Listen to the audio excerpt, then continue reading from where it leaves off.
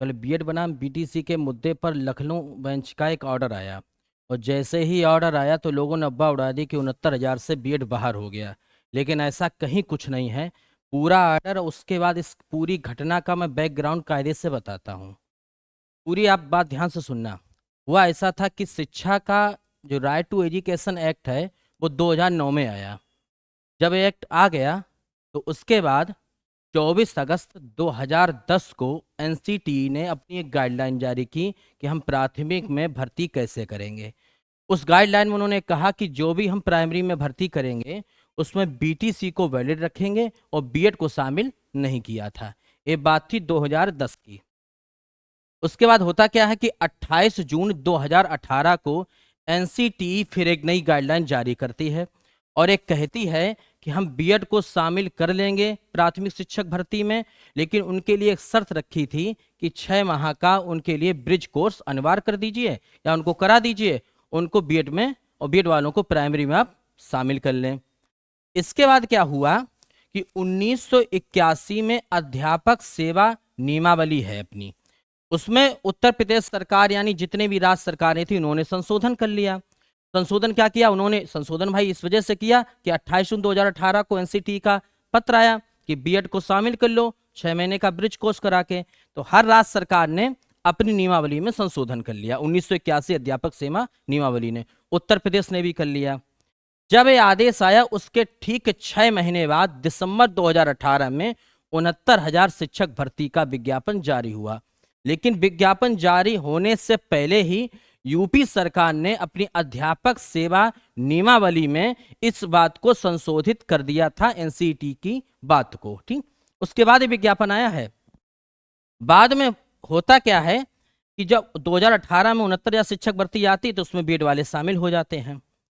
फिर क्या होता, आपको एक मुद्दा याद होगा कि इसी बात को यानी दो जो 69,000 भर्ती थी इसमें बीएड ना शामिल किया जाए तो इसमें राम शरण मौर्य ने एक मुकदमा लड़ा था, आपको याद होगा इनका मुद्दा। उस पर सुप्रीम कोर्ट का फैसला आया 2020 में कि बीएड वाले 69,000 में शामिल रहेंगे क्योंकि सरकार ने नियम के अनुसार काम किया है। जैसा एनसीटी ने आदेश दिया सरकार ने वैसा ही काम किया। मुद्दा फिर दोबारा कहाँ से उत्पन्न होता है? दोबारा उत्पन्न होता है कि रीट यानी राजस्थान में 2021 में प्राइमरी की भर्ती निकली। प्राइमरी की जब भर्ती निकली तो उन्होंने बीएड वालों को शामिल नहीं किया। और किसको शामिल किया? बीटीसी वालों को शामिल किया। लड़कों ने क्या किया, राजस्थान हाईकोर्ट गए, हाईकोर्ट से बीएड जो हो गई बाहर। यही बात फिर राजस्थान वाला मुद्दा सुप्रीम कोर्ट पहुंचा और सुप्रीम कोर्ट में जब राजस्थान वाला मुद्दा टकराया कि बीएड बनाम बीटीसी का, तो फैसला आया 11 अगस्त 2023 को कि बीएड अब प्राइमरी में शामिल नहीं होगा। इस फैसले को बिहार, उत्तर प्रदेश यानी सब सरकारों ने लागू किया। कल जो लखनऊ बेंच का फैसला है इसके बारे में बता दूं। ये फैसला जो आया है, इस फैसले के बाद श्याम बाबू ने लखनऊ बेंच में अपनी याचिका डाली और इस याचिकाकर्ता का नाम था श्याम बाबू। श्याम बाबू के मुद्दे पर लखनऊ बेंच ने अपना ऑर्डर दिया। वो ऑर्डर में कहा क्या है, पूरी बात सुन लें। ऑर्डर में लिखा है कि हमारे सामने ऐसा मामला नहीं है कि यूपी राज्य इस पर सहमत नहीं हुआ है।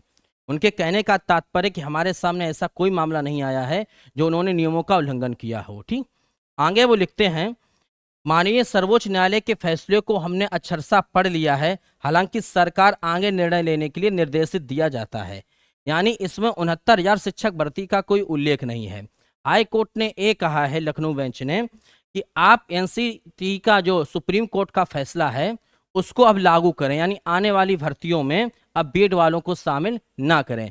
ना कि एक कहा है कि 69,000 जो भर्ती हो चुकी उसमें बीएड वालों को निकाल दें, तो ये बिल्कुल अफवाह है। हाँ, ये जरूर है, अब पूरा का पूरा फोकस सरकार पर रहेगा कि सरकार क्या आदेश जारी करती है। जय हिंद।